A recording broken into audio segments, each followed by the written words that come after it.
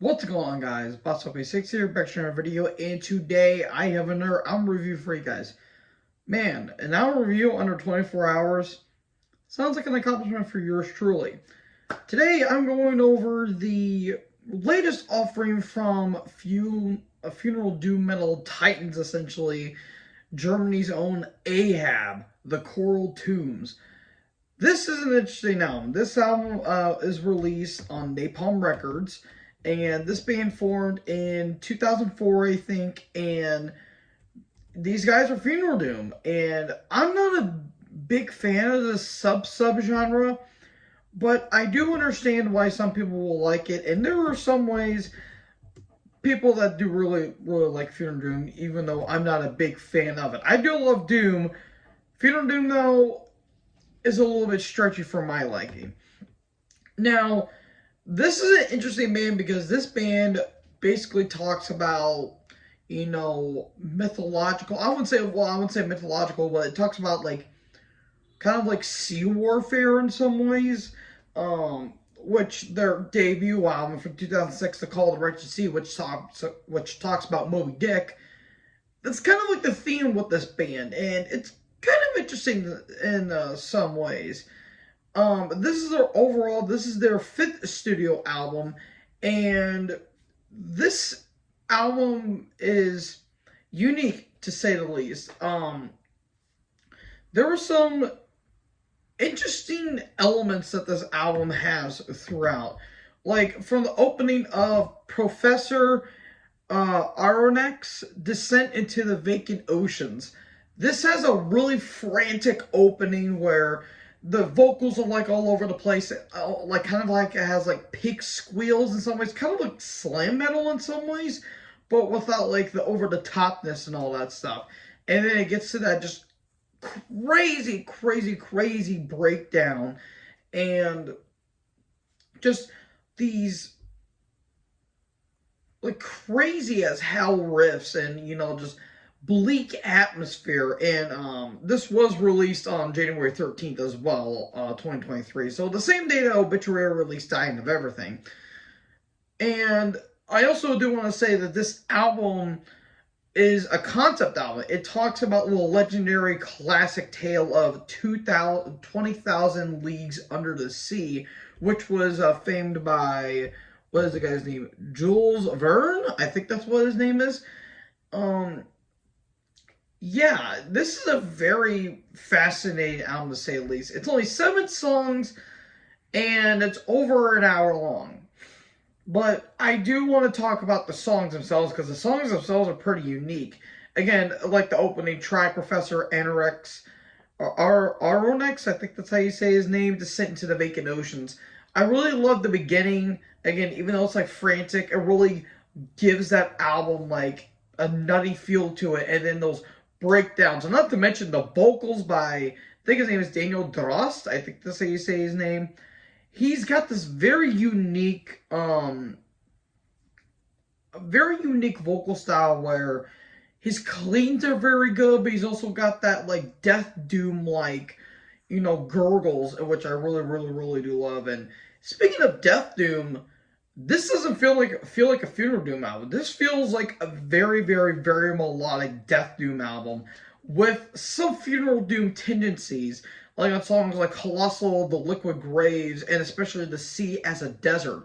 Those songs have a very Death Doom-like feel, but very melodic. I really do love the melodies on this album. I also like on a song like A Coral Tomb, which is one of the more longer tracks. I kind of like the progressive elements this album has throughout, because as I was listening to it, I'm like, this kind of has a lot of progressive elements, and turns out that it actually does have a lot of prog metal elements, which I kind of like, but that would kind of lead to a negative that I have with this album that I'll get to in a little bit. But you also have some cool, cool, I want to say like leads in some ways. Like there's some, the riffs don't really sound, varietied in some ways. It feels like they're sticking to one structure and going with it, which I don't really have a problem with it sometimes, but again, it's going to lead to a little bit of negative I do have. But I do want to comment on the final track, The Maelstrom. I love how epic that song is. It feels victorious. Like, yes, we killed this damn squid that's been terrorizing us basically on this entire boat trip.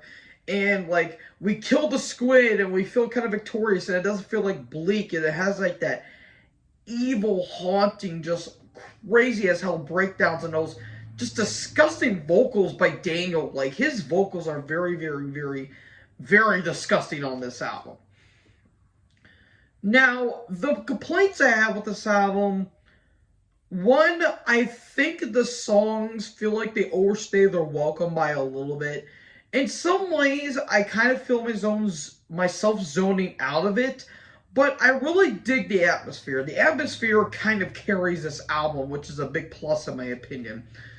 The other complaint, I feel like they could have cut this album down maybe by a few minutes and it really would have hurt the album.